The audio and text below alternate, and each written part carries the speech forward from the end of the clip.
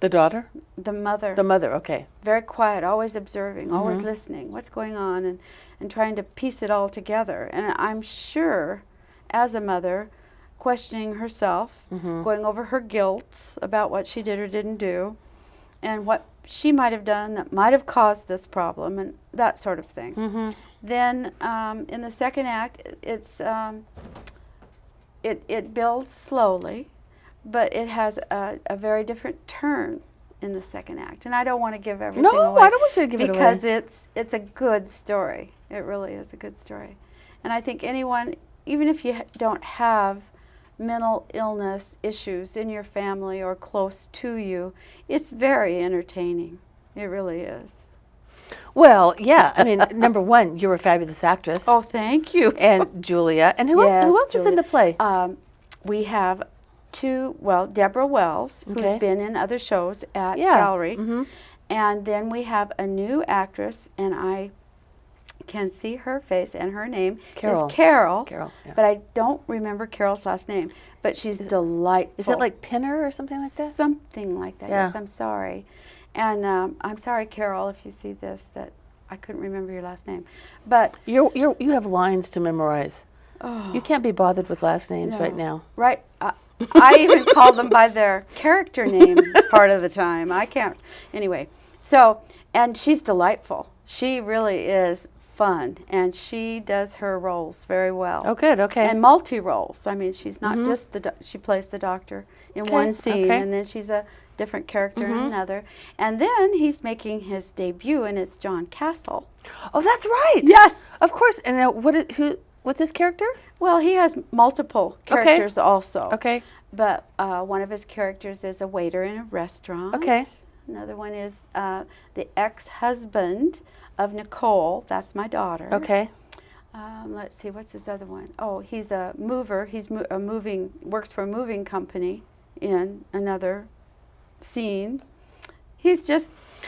Well, and you know what's funny about that is, so far, what I've seen John Castle do on stage is act in Edwina's ballets. Exactly. So he's like the husky wood chopper or something. Yeah, but of course, No ballet, lines. no lines. Yeah. So this time John speaks. Yes, he does. It's like a talkie. Yeah, and he's doing a really good job. I can't wait. And I'm impressed with his ability to change from one character to the next and be a different person.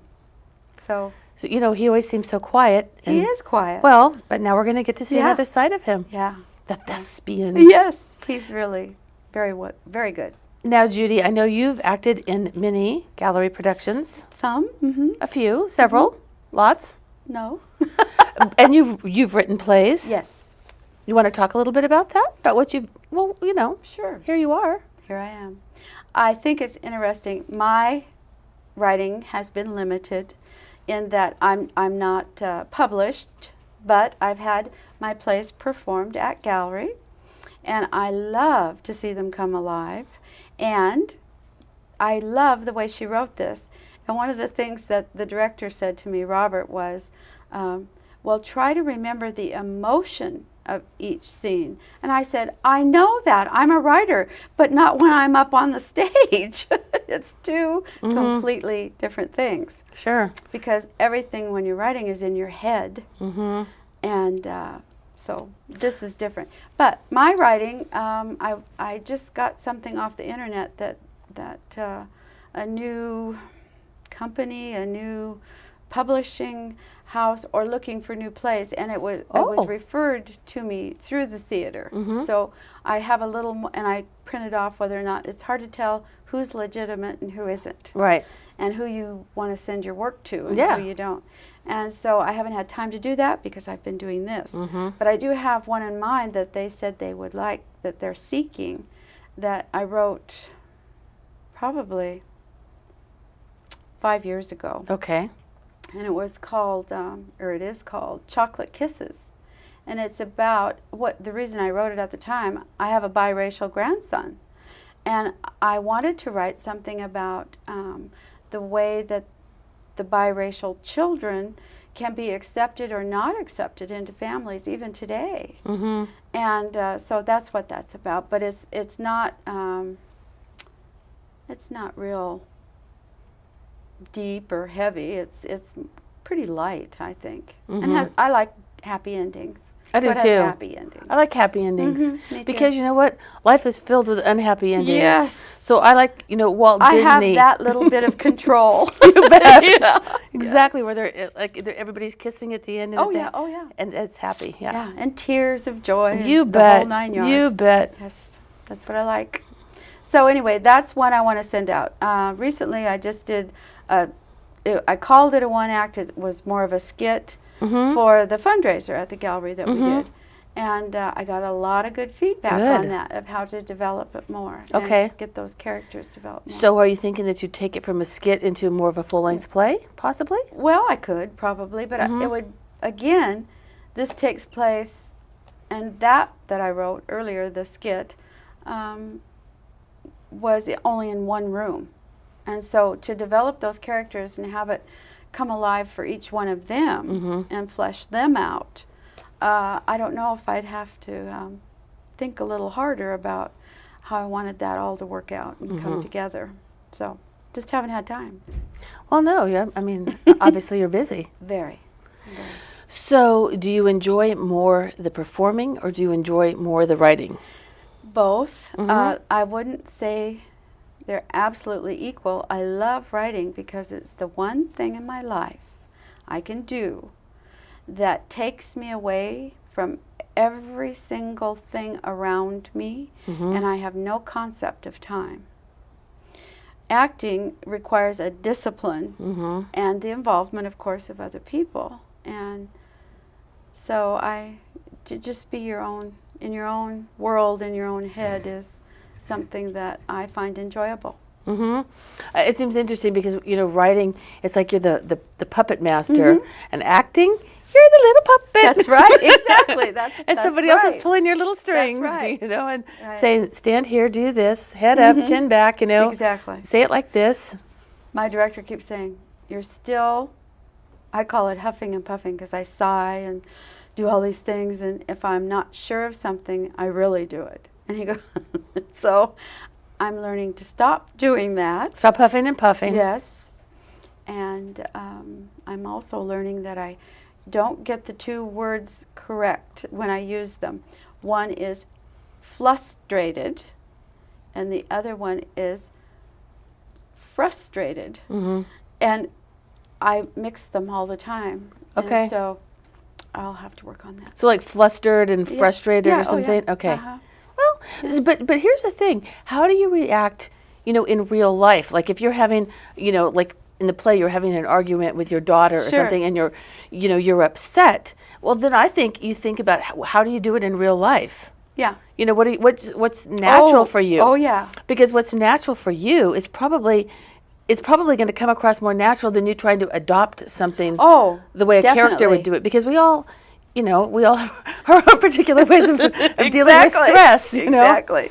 Yes, and no, we do come through whether we want to or not. But and our director is really good in that he's always saying, "I'm seeing a little too much Judy. I'd like to see a little more Gabby."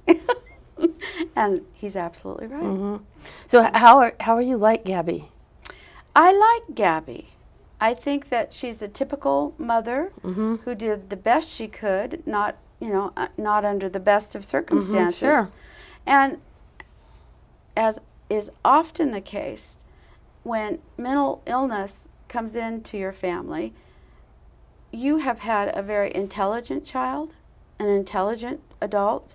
This young woman, this character that plays the character that is my daughter, is highly intelligent. She's a college graduate.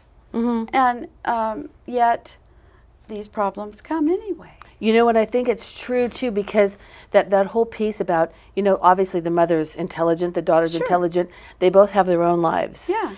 They're fairly independent people, and they haven't made a point as the daughter's become an adult to be particularly close. So, you kind of go into your own little sphere of doing things, whether or not that's by design or whether that's just the way it worked out. Sure. So each one has to give up a certain amount of their independence and a certain amount of what they, like you said, their kind of plan how their life would be. And is this, I guess you don't know in the end whether or not this is a short-term or long-term thing. Is that true? I think it's going to be up to each individual to make their own decision. It's not said, it's not acted that way.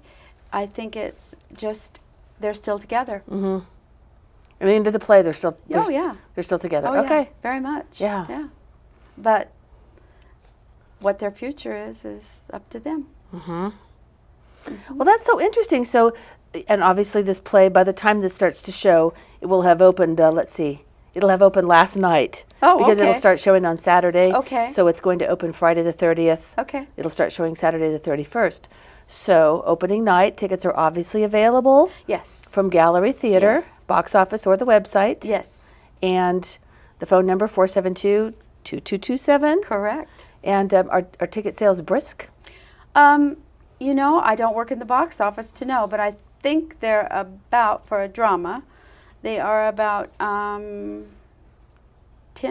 to $12 each. Something like that. Oh, we Something can't like- talk about the price. Oh, I'm sorry. Oh, That's sorry. okay. That's Bleep okay. that out, whatever. Yeah, well, we'll figure No, but I mean, they're, obviously they're reasonably Oh, they're priced. very reasonable. I think Gallery represents a fabulous value, I do too. especially for anybody who's seeing this because they're going to be in Yamhill County or maybe part of Washington County. But it's really nice to have good entertainment that's close. It is. And I think Gallery offers a wonderful variety of good entertainment. And because the curtain is at 7:30, Right? it still gives you time to go out afterwards and have a cocktail. Absolutely. We're going to need it.